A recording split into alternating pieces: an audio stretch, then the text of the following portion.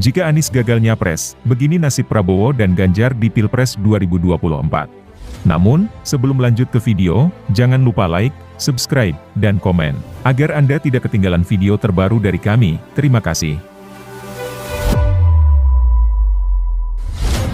Simulasi apabila Anies Baswedan gagal maju sebagai calon presiden, capres, dan pengaruhnya terhadap peta pemilihan presiden, Pilpres 2024 mengemuka dari lingkaran survei Indonesia, LSI, Denny Jaya.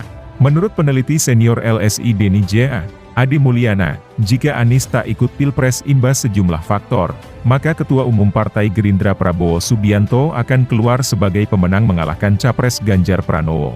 Jadi paling tidak, mungkin kalau misalnya ada calon lain yang masuk jika Anies gagal mendapat tiket Capres. Jadi bisa dipastikan kemungkinan besar akan terjadi head-to-head antara Pak Prabowo dan Pak Ganjar, kata Ade dalam konferensi pers bertajuk, Jika Anies Gagal Tiket Capres, di Jakarta, Senin, 5 Juni 2023.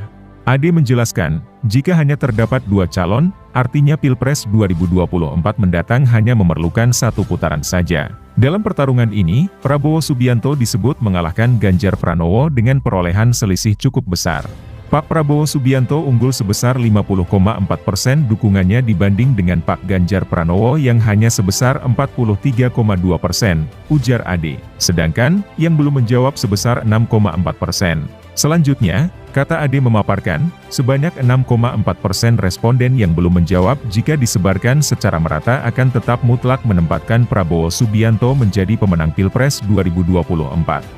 Simulasi Anies gagal maju capres ini sendiri merujuk perkembangan dalam koalisi partai politik pengusungnya. Ade mengatakan, dari 3 partai pengusung Anies, 2 diantaranya sedang menghadapi kasus hukum yaitu Partai Demokrat dan Partai Nasdem.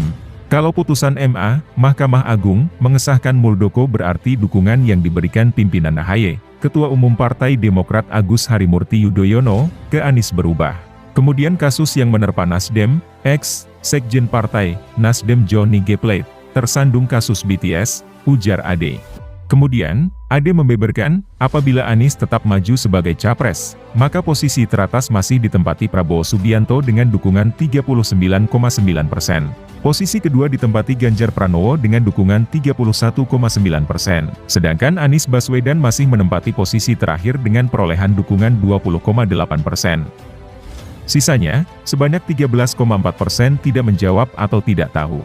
Jadi meskipun ada nama Anies Baswedan di sini, tetap dukungan capres tertutup sebanyak 3 nama ini Pak Prabowo menang terhadap 2 calon lainnya.